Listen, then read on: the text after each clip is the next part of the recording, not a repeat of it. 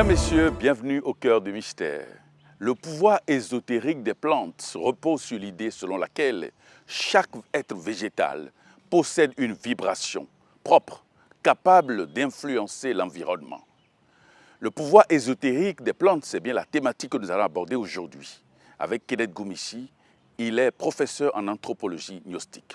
Kenneth Goumissi, bienvenue au cœur du mystère. Alors Kenneth Goumissi, qu'est-ce qui vous fait penser au pouvoir ésotérique des plantes? Merci Prosper Noutéou. Ce qui me fait penser au pouvoir ésotérique des plantes est très profond et déjà démontré par la science officielle.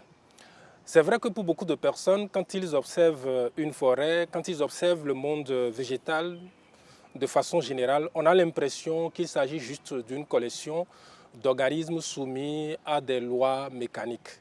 Ce n'est pas juste, ce n'est pas correct. En fait, chaque végétal, chaque plante est une manifestation de l'intelligence divine, du Créateur, de Dieu, comme on veut l'appeler. Chaque plante est un réceptacle des forces de la nature. Aujourd'hui, à notre époque, en cette ère du Verseau, où la science moderne commence par rattraper la spiritualité, la sagesse ancestrale, les scientifiques sont arrivés à démontrer que les plantes sont sensibles. Ils sont arrivés à travers des expériences à démontrer que les plantes ont même de la mémoire. On a pu constater que les plantes sont sensibles au son, aux odeurs qu'elles communiquent entre elles. Et j'ai envie d'aller plus loin en disant que ce qui rend les plantes sensibles, c'est ce qu'on appelle en ésotérisme l'élémental, qui est c'est-à-dire qui est comparable à l'âme chez un être humain. D'accord?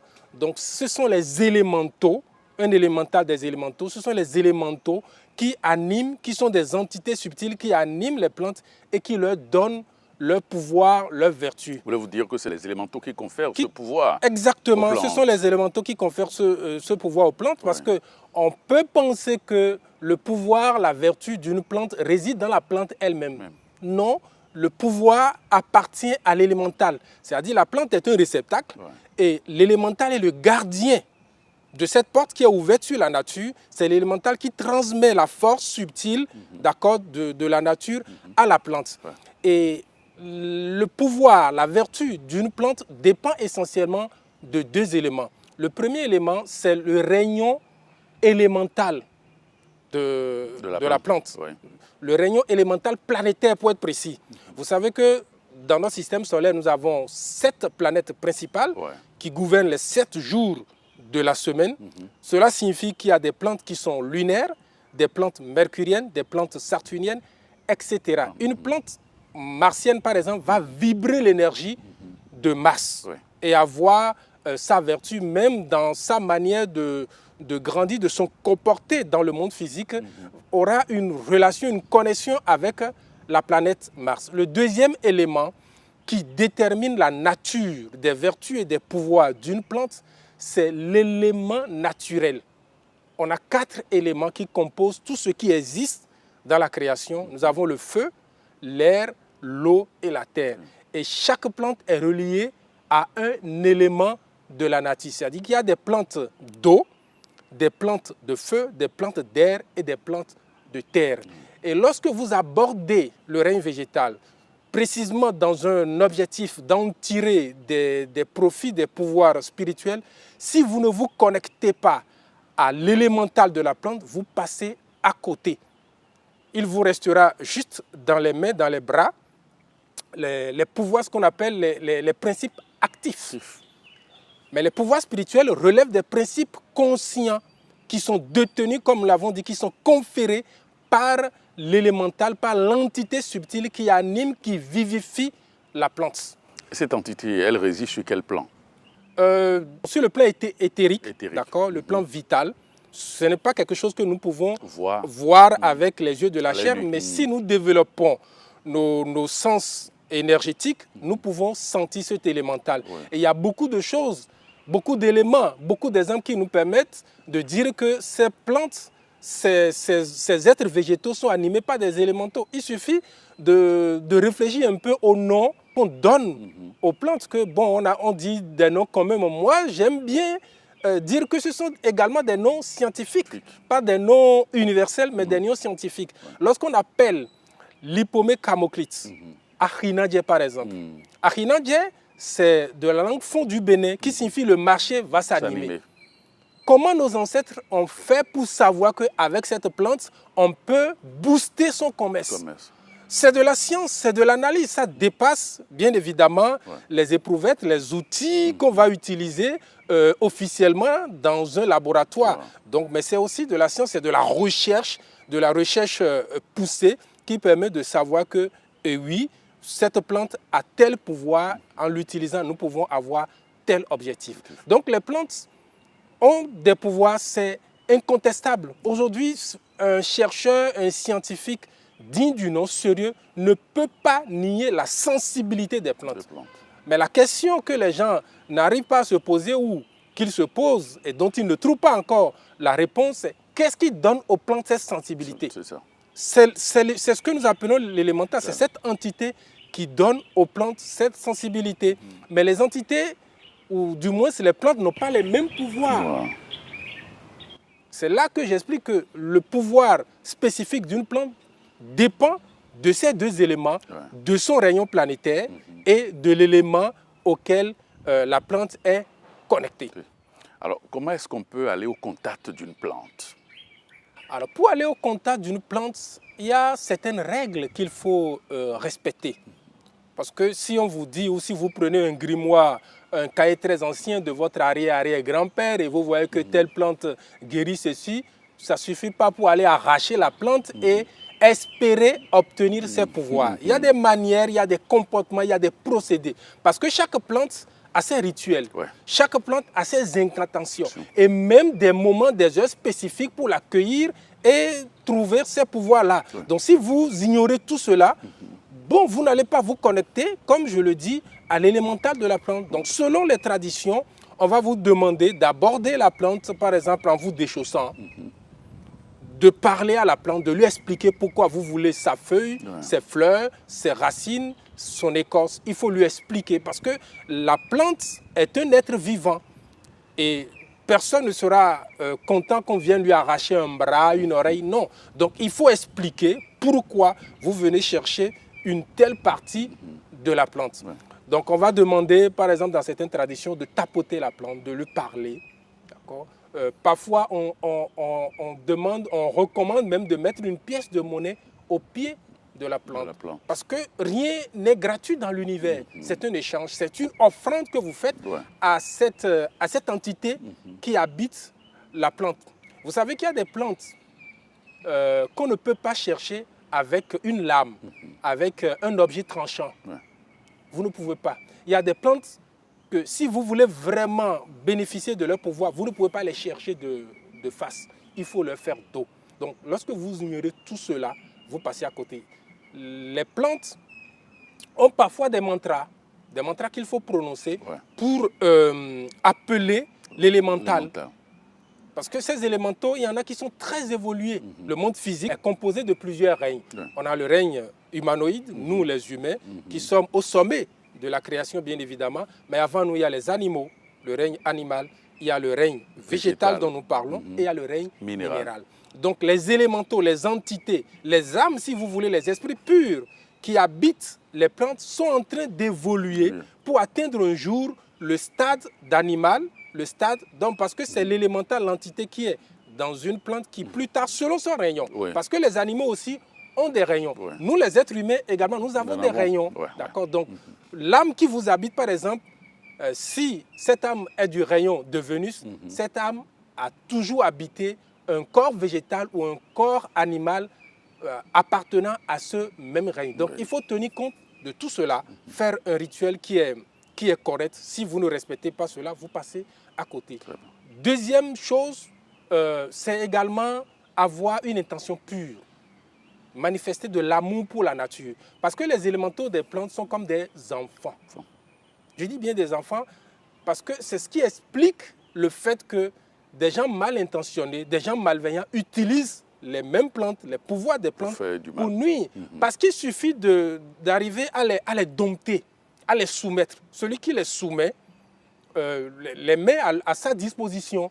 Donc même si c'est quelqu'un de malveillant, ils sont des enfants. Oui. Et ils fonctionnent en famille, en groupe. Donc si vous n'aimez pas la nature, si par exemple vous faites du mal à un oranger, à un pied d'oranger, ce mal-là va être ressenti par toute la famille des orangers.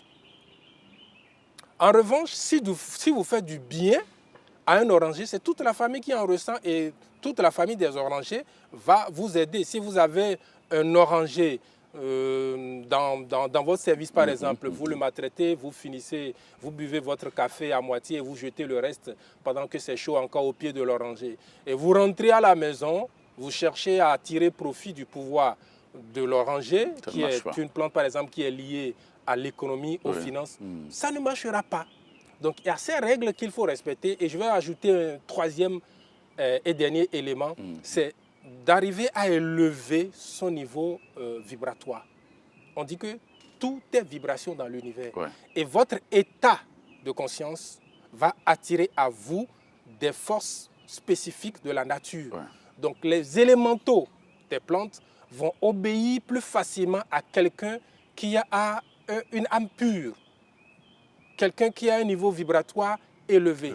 Et nous avons à notre disposition des clés, des exercices, des pratiques à faire au quotidien pour élever notre niveau vibratoire.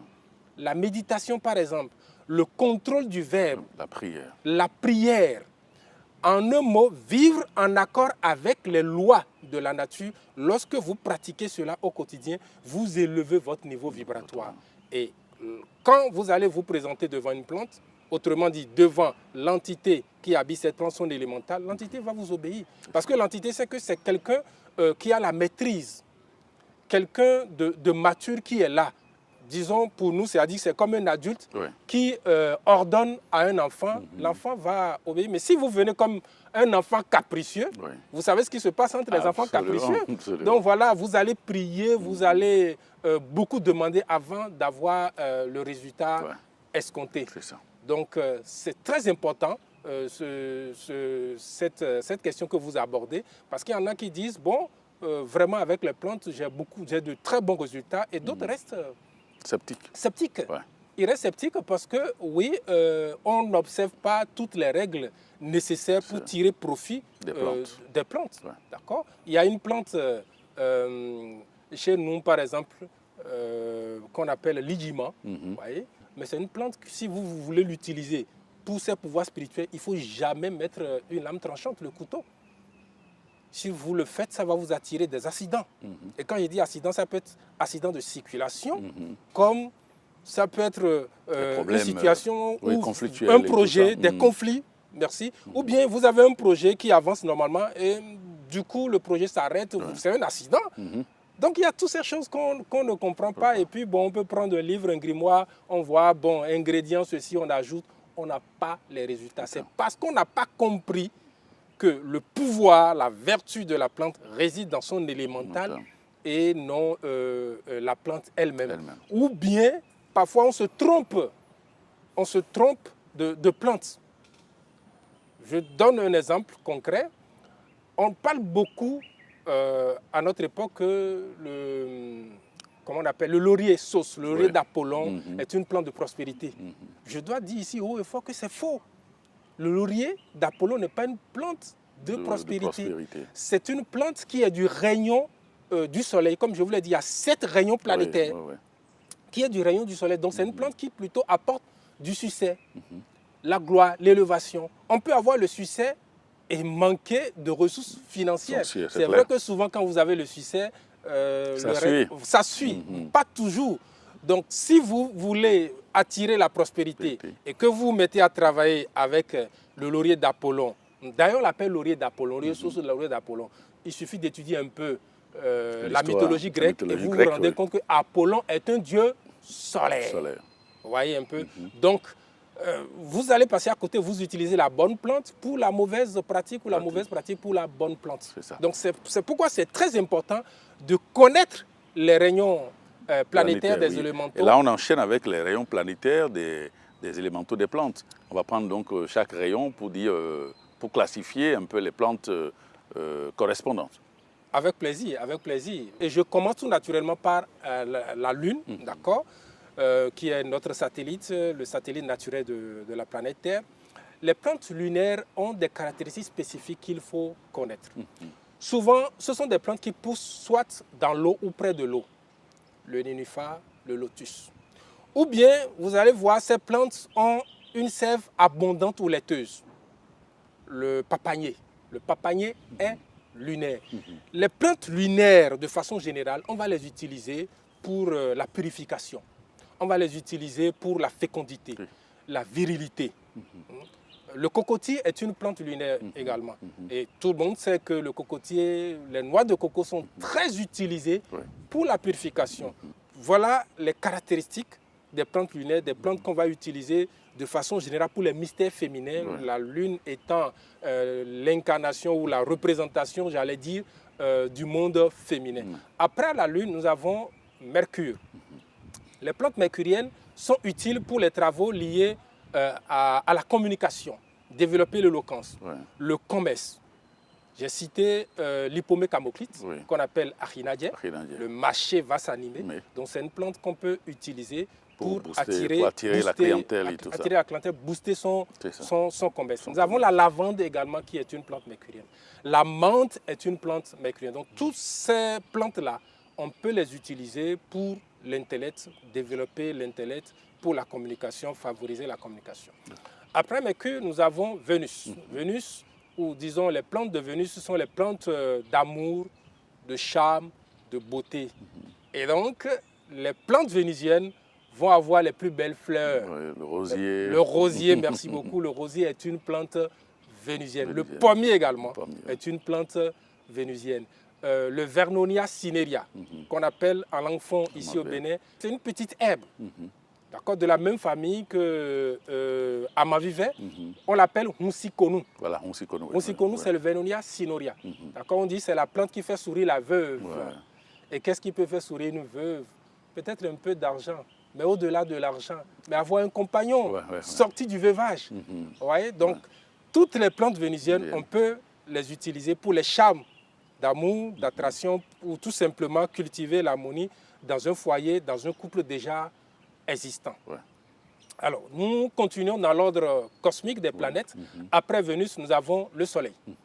Les plantes solaires sont des plantes qui incarnent la force du succès, de l'élévation. J'ai cité un exemple tout à l'heure, le laurier sauce, le laurier d'Apollon, qui est une plante solaire. Les épices, de façon générale, sont solaires. Toutes les plantes qui dégagent souvent, soit quand on les frotte ou quand on les écrase, une très forte odeur. Cette odeur-là, c'est la vibration solaire que nous sentons là. Donc, on va utiliser ces plantes pour le succès, pour l'élévation sociale, pour avoir une bonne place dans la société ou dans un groupe où nous sommes. Ces plantes, quand on les utilise dans des travaux spirituels, elles nous permettent de rayonner. Au-delà du Soleil, nous avons Mars. Mars, la planète guerrière de notre système solaire. Et donc, les plantes martiennes sont des plantes guerrières. Et je disais tantôt qu'en observant les plantes, en voyant leur comportement dans la nature, on peut déduire leur rayon planétaire. Ce qui fait que les plantes martiennes sont souvent des plantes urticantes, comme l'ortie, ou des plantes qui ont des épines, où leurs fleurs sont rouges, leurs fruits sont amers. Les piments rouges, la famille des piments rouges, les piments rouges sont martiens. Le piment de Guinée, Aphromum melegueta, son nom botanique, c'est une plante martienne qu'on appelle Atacun. Atacun, c'est une plante martienne. Les plantes qui ont de façon générale des épines ou qui sont difficiles à chercher. Cactus, aloe vera et tout ça. Non, aloe vera est une plante solaire. Aloe vera c'est vrai, c'est une plante qui a beaucoup de vertus. C'est une plante qu'on utilise pour la protection. Donc on peut effectivement penser que c'est une plante martienne parce que l'aloe vera est magnifique, génial pour protéger son espace de vie. Alors je continue. Et j'atteins maintenant Jupiter, le géant des cieux. Vous savez, Jupiter, c'est la plus grosse planète de notre système solaire. C'est vraiment un géant. Figurez-vous que Jupiter fait 1300 fois la Terre et 2,5 fois toutes les autres planètes du système solaire réunies. Donc, Mars, Vénus, tout ça là, si on les réunit, Jupiter, à lui seul, fait 2,5 fois. Ce qui fait que dans le règne végétal, Ouais. les plantes jupitériennes sont des arbres géants, imposants, comme le filao que nous avons derrière nous, comme le pin, le sapin.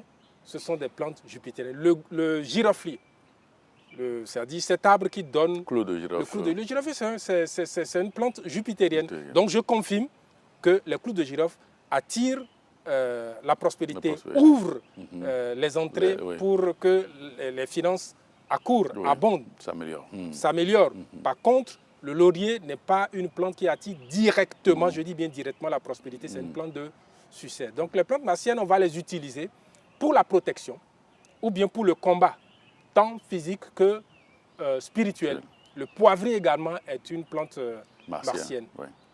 Alors je continue et là nous allons donc atteindre maintenant Saturne, d'accord, la planète Saturne. Les plantes saturniennes sont liées au deuil. Donc ce sont les plantes les plus mystérieuses du règne végétal, mais pas que le deuil. Voyons plutôt la transformation, le pouvoir de régénération, leur force occulte. La myrrhe, par exemple, qui est issue d'une plante saturnienne, on l'emploie dans l'embaumement. Dans l'Égypte antique, on utilise la myrrhe pour embaumer les cadavres. Les cadavres. D'accord. Le cyprès est une plante saturnienne. Je dois ajouter préciser que les plantes saturniennes sont également de grands arbres. Mais leurs fruits peuvent être parfois toxiques. Donc, il faut voir en ces plantes plutôt leur pouvoir de régénération, de transformation, parce que pour nous, les spirituels, la mort, c'est un passage. La mort, c'est une transformation. On quitte une dimension et on est absorbé dans une autre dimension. On continue de vivre, mais d'une autre manière. Donc voilà les 7 rayons planétaires. On se rend compte qu'il n'y a pas de hasard, que le règne végétal est bien organisé et chaque rayon élémental a son pouvoir, a ses vertus et il faut connaître le rayon auquel appartient la plante pour pouvoir déterminer ses pouvoirs, ses vertus, sans quoi on tombe dans des erreurs monumentales. Alors, pour une personne qui souhaite avoir ces plantes dans sa maison, quel est le choix judicieux qu'il faille faire? Merci beaucoup pour cette question. Vous savez, ça dépend de ce qu'on recherche. Ouais. C'est vrai que c'est toujours bon d'avoir un jardin, d'avoir des plantes autour de soi. C'est vraiment bon. Maintenant, tout dépend de ce que vous voulez. Voulez-vous la protection? Voulez-vous attirer l'harmonie? Tout ça, c'est utile. D'accord? Si je prends l'exemple de la protection, si vous voulez protéger, bon, quand on dit protection, il y a plusieurs types de protection. Et la protection dans vos déplacements et la protection de votre espace de vie, de votre maison. Et là, l'aloès est une plante qui s'impose. Étant une plante solaire, dotée de pouvoir de protection, lorsque vous mettez un plant d'aloès chez vous, que vous entretenez bien, vous illuminez votre maison. Et là où il y a la lumière, c'est-à-dire les ténèbres, on les remarque, mais les ténèbres restent quand même à l'écart. Donc, en ayant un plant d'aloès chez vous, vous chassez les ténèbres, vous filtrez les vibrations qui vont venir dans votre maison. Quelqu'un a dit que avoir un aloès, un plant d'aloès dans son jardin, c'est comme décrocher le soleil qui est là. Donc, c'est une plante très polyvalente, d'accord, qui peut non seulement protéger, illuminer, mais apporte également la prospérité. Toujours pour la protection de l'espace de vie, j'ai envie de citer le Gardenia Thunbergia, qu'on appelle en langue fon ici Adaklatine. Alors, c'est également une plante de protection avec la particularité du retour à l'envoyeur. C'est-à-dire, l'élémental du Gardenia retourne à l'envoyeur, à l'expéditeur malveillant, ce qu'il a envoyé dans la maison ou à quelqu'un dans la maison. Et dans la culture fond, chez les sages, on dit souvent « mais dans ton plat ». Autrement dit, qui cherche trouve. Donc, lorsque vous avez cette plante, mais si vous la mettez juste là, ça va améliorer l'écosystème, mais il faut travailler avec la plante pour activer. En quoi faisant? En quoi faisant? D'abord, vous consacrez la plante. Vous connectez à l'élémental de la plante, d'accord? La consacrer la plante pour lui dire, toi tu es là pour désormais me faire ceci, me faire cela, et précisément dans notre cas là, me protéger. Donc tu vas me protéger, tu retournes à toute personne qui envoie quelque chose de malveillant, tu lui retournes cette chose-là. Mais déjà, tout dépend de la manière dont vous plantez. Parce qu'il y a des plantes, vous ne les mettez pas juste dans le pot ou dans le sol. Hein. Vous pouvez utiliser par exemple le atakun, Afromum melegueta, le piment de Guinée, d'accord, que vous mettez sur la plante avant de mettre le sable, d'accord, au moment de la planter. Ouais. C'est ça que j'appelle consécration. Vous demandez à la plante, à l'élémental de jouer un rôle spécifique. Mais ça ne suffit pas, il faut bien l'entretenir, communiquer régulièrement avec cette plante. L'arroser. L'arroser. Et maintenant, il y a des rituels. Il y a des rituels spécifiques qu'il faut faire, d'accord. Lesquels, par exemple? Bon, dans la gnose, par exemple, nous avons notre manière de nous relationner avec les plantes, que je ne vais pas détailler ici. Ouais. Mais comme je l'ai dit, vous fouillez dans toutes les traditions, on donne des règles pour bénéficier du pouvoir des plantes. Ouais. J'ai parlé de se déchausser, par exemple, de tapoter la plante, de lui parler. Et il y a des moments, des heures spécifiques qu'il faut aller chercher telle ou telle plante. Ou bien qu'il faut aller parler à la plante. Ouais. Vous voyez un peu. Donc, en utilisant le gardénat de cette façon, ouais, ça va fonctionner et il va jouer son rôle de repousser. Un dernier exemple concernant l'espace de vie, parce que c'est très intéressant. Je veux citer le basilic, ouais, mais précisément le basilic sacré, le tulsi des Indiens, le basilic rouge. On l'appelle aussi basilic rouge parce que les feuilles et les tiges sont rougeâtres. Alors c'est intéressant de voir que cette plante, en Inde, on la met autour des maisons et des temples. Pourquoi? Parce que c'est une plante, comme son nom l'indique, sacrée. Donc ça va rendre votre, l'élémental va rendre votre espace de vie sacré. Un lieu sacré que quelqu'un de malveillant ne peut pas venir profaner. Oui. Cette plante va éloigner les vibrations malignes, filtrer les entrées, empêcher quelqu'un qui a l'intention de vous nuire de pénétrer dans votre espace de vie. Tout ce qui touche au basilic est noble et royal. Il y a une variété chez nous, ici en Afrique, qu'on appelle akema. Kesu-kesu. Kesu-kesu ou akema. Akema. Voilà, une variété du basilic. On dit basilic africain ou basilic sauvage. Kesu-kesu ou akema. Akema, ça veut dire la plante de la célébrité. Ouais. Et pour aller plus loin, dans l'église catholique, les édifices qu'on va appeler des basiliques sont en termes architecturaux les plus beaux, les plus imposants. Une basilique est toujours dédiée à un grand saint. Soit c'est le nom d'un grand saint, soit la basilique va porter un nom pour exprimer un mystère chrétien.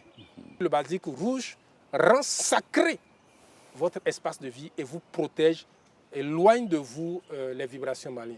Donc vous voyez, quand vous me demandez quelle plante mettre, tout dépend de ce que vous voulez. Si vous recherchez la protection, voilà quelques exemples de plantes que vous pouvez mettre. Bon, la liste n'est pas exhaustive, on peut continuer à citer le adjélélément par exemple, qu'on appelle aussi khemandjadji, c'est-à-dire la plante ou l'arbre, l'arbuste sur lequel l'oiseau ne se pose pas. Et ça joue quel rôle? C'est aussi une plante protectrice qui protège précisément contre la sorcellerie. Donc quelque chose ou des sorts qu'on va vous jeter de loin. Bon, on dit que khemandjadji, c'est pour faire référence à cet oiseau qui est devenu malheureux, qui, bon, naturellement est pur, mais à cause de sa vibration très utilisée par les sorciers pour faire leur voyage astro. Donc je fais référence au hibou. Donc quand on dit khemandjadji, bon, d'autres oiseaux peuvent se poser sur le adjélélément.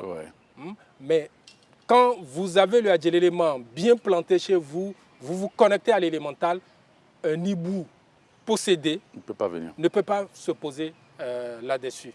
Donc c'est à vous de choisir la plante que vous voulez avoir chez vous pour des besoins que vous désirez, selon vos désirs, quoi.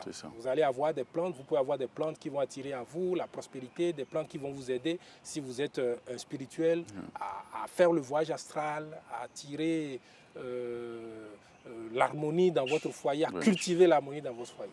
Alors, il y a des plantes comme datura, menthe pour les voyages astro et également pour la protection. Qu'en est-il concrètement?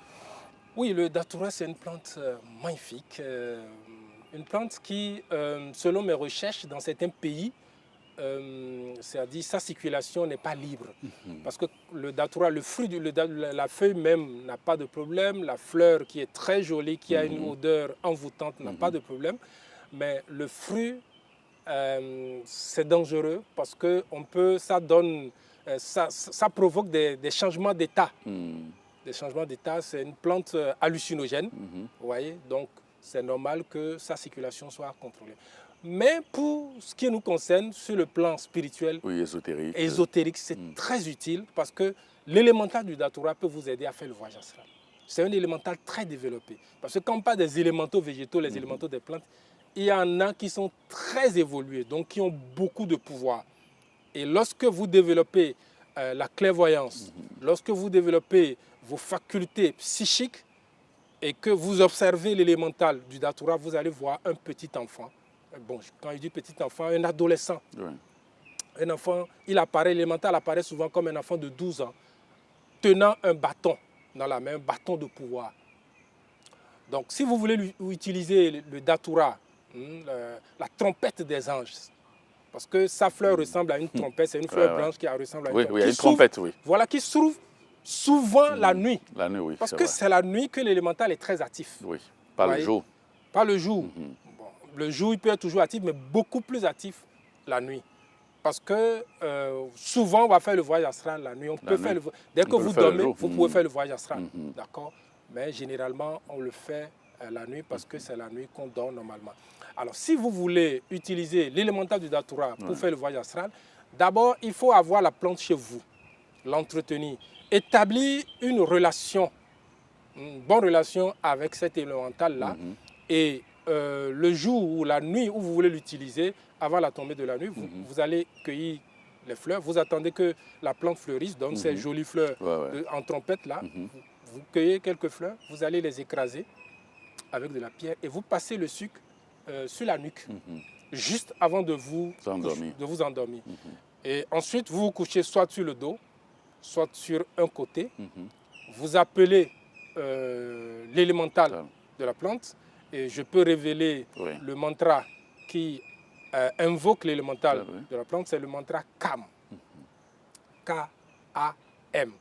Donc, vous chantez ce mantra-là et vous demandez à l'élémental de venir vous aider à voyager, à sortir en astral et il le fera. Vous avez cité également la menthe. Alors, la menthe, ce n'est pas pour le voyage astral, mais pour d'autres pouvoirs spirituels très intéressants également, parce qu'avec la menthe, vous pouvez vous souvenir de vos incarnations passées. D'abord, vous pouvez faire des rêves prophétiques.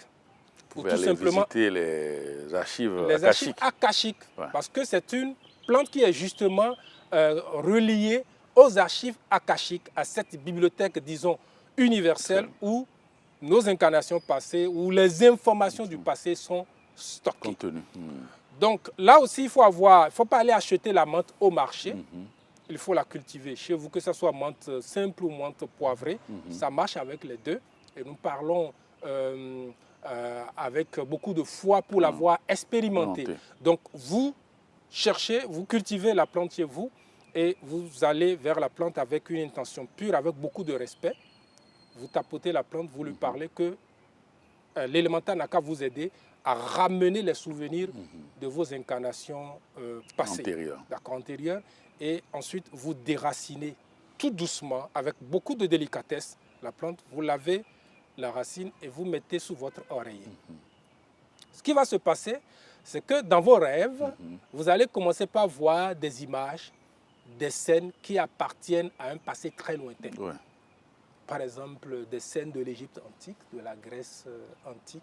Donc, et vous allez vous voir, vous reconnaissez votre visage et même votre couleur de peau peut changer parce que nous savons que en matière de réincarnation, on peut changer de race, donc, de sexe et tout. Vous voyez, nous Théo, vous voyez par exemple avec une peau blanche, mais vous savez un autre visage, vous savez que c'est dans le rêve, vous savez que c'est vous.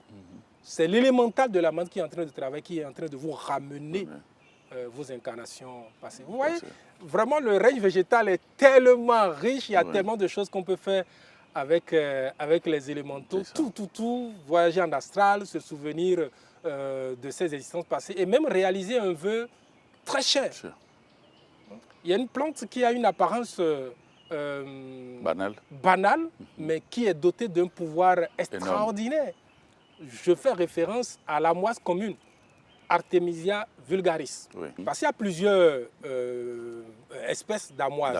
Oui. Je ne parle pas de celles qu'on utilise actuellement pour guérir certains maux, etc. Non, je parle de l'amoise vulgaire commune. Oui. D'accord. Alors, c'est une plante qui a un pouvoir extraordinaire et ce pouvoir ne se manifeste qu'un seul jour de l'année. En l'occurrence, le vendredi saint des chrétiens. Ça fait le premier vendredi après la première pleine lune du printemps. D'accord. Alors, si vous voulez vous référer au calendrier... Pleine lune. La première pleine lune du printemps. Ouais. Donc, le printemps 20, 21, voire 22 mars. Ouais. La première pleine lune qui vient, le vendredi qui suit, vous pouvez faire cette pratique-là. Okay. C'est ce jour-là que si vous avez un vœu cher, que ce soit quelque chose de spirituel ou de matériel, vous allez vers cette plante, vous vous connectez à l'élémental, vous lui demandez de réaliser ce vœu. Vous arrachez la plante de façon très délicate, de façon douce, et vous allez accrocher la plante au plafond de votre chambre. Et dans les 12 mois-là, votre vœu va se réaliser. Mais il faut que votre intention soit claire. On ne demande pas deux choses à la fois. Une seule chose. Une seule chose. Et ce que vous demandez, il faut que ce soit aussi logique. Ouais. Donc, le pouvoir ésotérique des plantes, c'est vraiment un monde fabuleux. Fabuleux. On ne peut pas finir, on ne peut pas en finir. Et maintenant, les plantes liées à la purification. Je vais donner un exemple très courant chez nous, ici, bien connu, c'est le Neubludia levis. Pâtiment, bon, il y a plusieurs pâtiments, desrégaiement, voilà. Donc, bon, c'est connu, dans la tradition vaudou, on ne peut pas faire un rituel sans d'abord faire une purification avec cette plante. Donc, c'est une plante qu'on a un peu partout. Est-ce que vous l'avez expérimenté pour confirmer? Tout à fait, je l'ai expérimenté, je l'ai chez moi. Ce sont les plantes basiques qu'il faut avoir dans son jardin. Même si vous êtes dans un petit espace, c'est un arbre, hein, ça peut grandir, mais ça peut rester également dans un grand pot et pousser. Voyez. Alors, un autre exemple très populaire, d'une plante qui pousse plutôt, ou qui normalement pousse dans le bassin méditerranéen, c'est la sauge. Mais qu'on peut l'adapter, on l'adapte, on la cultive. Chez nous, ici en Afrique, la sauge est également très efficace pour la purification énergétique, pour nettoyer notre aura. C'est très important. On se lave normalement tous les jours, mais on oublie souvent de nettoyer son aura. On oublie que notre corps vital, qui comme son nom l'indique, donne vie au corps physique, a besoin également d'entretien et de nettoyage. Et quand on ne le fait pas, c'est là que les maladies, les blocages arrivent. Parce qu'avant qu'une maladie ne se manifeste dans le monde physique, elle s'est déjà présentée dans le monde vital. On va maintenant aborder la question de l'utilisation des plantes pour de la protection. La protection. Quand on se déplace, je vais dire le sort, ou la plante que vous avez mis chez vous pour vous protéger dans votre maison, ce n'est pas forcément cette plante qui va vous protéger dans vos déplacements. Et là, je vais citer deux plantes que j'ai déjà citées en exemple. L'amoise, l'amoise commune, c'est une plante qui protège dans le voyage. Notamment, vous évite les péripéties, les difficultés. D'accord. C'est connu que dans les temps anciens, les gens mettaient des feuilles d'amoise dans leurs chaussures pour aller vite. On a toujours entendu ces histoires comme quoi quelqu'un a quitté Parakou pour Cotonou en 30 minutes. Ce n'est pas toujours faux, parce que nos ancêtres avaient ces secrets. Et l'amoise, quand vous priez l'élémental, vous mettez l'amoise sur vous dans vos voyages, ça va vous faciliter. L'élémental ne vous protège pas précisément contre les accidents, mais ça vous facilite. Ça rend le déplacement fluide, ça vous donne des ouvertures. Pour être protégé contre les accidents, vous pouvez utiliser par exemple le Gardenia Thunbergia. Magnifique, super pour la protection dans les déplacements. Donc vous cherchez le fruit Parce que quand on dit le gardenia, est-ce que c'est la feuille? Est-ce que vous cherchez le fruit, son fruit, que vous portez sur vous, dans votre sac, dans votre poche, ou vous faites le talisman que vous mettez sur vous. Il va vous protéger contre les accidents, contre les agressions durant votre voyage. Et quand vous parlez de protection, j'ai envie de citer aussi un exemple pour se protéger contre les intrusions. Oui. Des gens avec des pouvoirs ténébreux peuvent s'introduire clandestinement chez nous et nuire. Et ils le font en astral. Ouais. Le voyage astral, c'est un pouvoir qui est à la disposition de tout le monde, des gens qui sont bien intentionnés comme des gens qui sont mal intentionnés. Donc, pour se protéger contre ce fait-là, il y a un piège. Oui, je dis bien un piège, c'est un piège spirituel. Une technique. Une technique qu'on peut utiliser très efficace. Quand je dis efficace, c'est que nous l'avons expérimenté personnellement et nous avons des proches qui l'ont expérimenté. Pour faire ce piège, Monsieur Nteo, vous avez besoin des graines de moutarde noire. Est-ce qu'on peut retrouver les moutardes noires sur place ici? Oui, vous allez au marché, vous demandez. Il ne faut pas confondre ça avec le néré. Non. À fiti. Qu'on appelle aussi la moutarde parce qu'on l'utilise pour faire cette conserve qui accompagne les sauces et c'est vraiment très agréable. Voilà, très délicieux. Donc je parle du Brassica nigra. C'est son nom botanique. Donc la moutarde, ce sont des graines très petites comme des grains de sable. La moutarde noire. Voilà, donc, quand dans l'évangile on dit que si vous avez de la foi... comme le grain de sénévé. Voilà, donc il s'agit de cette plante-là, de la moutarde noire. Il y a le blanc et il y a le noir. Je parle du noir. Donc, il vous faut les graines de cette plante. C'est une plante qui, si vous l'avez chez vous, bon, elle va envahir votre jardin ou vos pots. D'accord? Donc, vous avez ces graines. Vous avez également besoin, pour réaliser le piège dont je parle, d'une paire de ciseaux neuve, entièrement en métal. Vous ouvrez la paire de ciseaux en formant une croix, c'est-à-dire les lames vont former une croix, vous déposez au sol, dans la chambre de la personne qui est ciblée par les attaques ténébreuses. Vous mettez là et vous allez saupoudrer les graines de moutarde tout autour de la paire de ciseaux, de moutarde noire pour faire un cercle. Et là, les graines vont agir, vont créer un champ vibratoire très puissant qui vont empêcher un sorcier ou une sorcière de venir. Si une sorcière ou un sorcier essaye de s'introduire dans votre chambre, elle va perdre, cette sorcière va perdre son invisibilité, son pouvoir d'invisibilité et chuter dans le plan physique. Je vous parle de quelque chose qui est réel, hein. C'est-à-dire, oui, vous souriez, effectivement. Ce n'est pas une fabulation. Oui, il faut avoir le courage pour le faire parce que quand elle chute souvent nue. Elle chute souvent nue. Ce sont des cas que nous avons expérimentés de façon directe. Avec ça, vous attrapez des sorciers qui vous dérangent. C'est simple, c'est banal, mais très puissant. Et j'ai entendu dire que le poivre noir, le poivre qu'on utilise souvent chez nous, a des pouvoirs similaires. Mais moi, je parle précisément de la moutarde noire. C'est possible, c'est bien possible, je ne doute pas, mais je parle de ce que moi j'ai expérimenté. C'est une technique que vous pouvez retrouver dans le livre traité de médecine occulte de magie pratique de Samuel Anveo. Un livre qu'il a écrit depuis les années 50. Donc c'est une très vieille pratique qu'on peut utiliser pour empêcher ou pour arrêter ces intrusions maléfiques chez soi qui peuvent causer de graves torts. Il y en a qui estiment que lorsqu'on est chez soi et qu'on a des plantes, qu'il faille faire généralement des travaux de nettoyage, etc. Parce que ces plantes peuvent se faire, peuvent tomber sous l'emprise des entités négatives qui viennent prendre possession de ces plantes. Et là, dès que vous les utilisez, les effets ne sont escomptés, n'y sont pas. Voilà. Qu'est-ce qu'il en est? Non, c'est une vérité. Et je dirais tout simplement que c'est logique. La nature a horreur du vide, dit-on. Si vous avez des plantes là, vous ne les entretenez pas, ben, l'élémentaire n'est plus à votre service. La plante ne joue plus le rôle pour lequel vous l'avez mise là. Et bien, des ténébreux peuvent l'utiliser. Parce que j'ai expliqué au début que les élémentaux sont comme des enfants. Et même une personne mal intentionnée qui trouve le moyen de les dompter peut les utiliser. Vous voyez un peu? Maintenant, cela ne peut pas se passer avec tous les élémentaux. Parce qu'il y en a qui sont très développés, qui ont une certaine maturité. Et ce qui fait qu'effectivement, les sorciers ne peuvent pas utiliser certaines plantes. S'ils le font, ben, le retour du bâton est rapide. Le retour du bâton est toujours assuré. Oui. Ben, c'est rapide. Donc, effectivement, il faut un entretien physique, arroser la plante.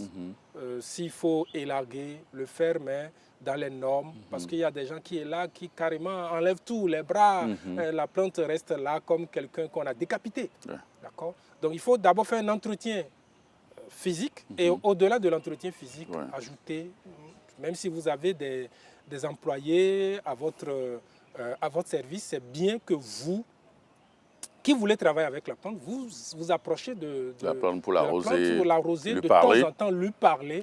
Et de cette façon, vous n'aurez pas de ces genres de court-circuit ténébreux où des gens vont essayer de s'emparer de vos plantes et de vos nuire. Ok. Nous allons parler des plantes d'attraction, comme ylang-ylang par exemple. Oui, oui, c'est une plante merveilleuse, une plante vénusienne qui vraiment, lorsque vous avez cette plante, cet arbre, chez vous à la maison. Chez vous à la maison, quand ça fleurit, toute la maison est embaumbée. Oui, la senteur est incroyable. Incroyable. Donc c'est une plante qui a les caractéristiques, ou qui est du règne de Vénus, donc le charme, la beauté, l'attraction, l'harmonie. Vous pouvez utiliser cette plante pour toutes ces choses-là. Voilà, j'ai cité aussi le Vernonia cinerea qu'on peut également utiliser pour tout ce qui est attraction. J'ai parlé de cette légende liée à l'aveu, mais même une jeune femme, d'accord, un jeune homme peut l'utiliser avec cette plante. C'est que vous vous relationnez avec votre conjoint ou avec le public, vous attirez à vous le charme, vous attirez à vous, c'est-à-dire les regards. C'est tout simplement bon. On parle aussi également de la plante épée Saint-Michel et puis de cactus. Quel est leur rôle? Des plantes protectrices.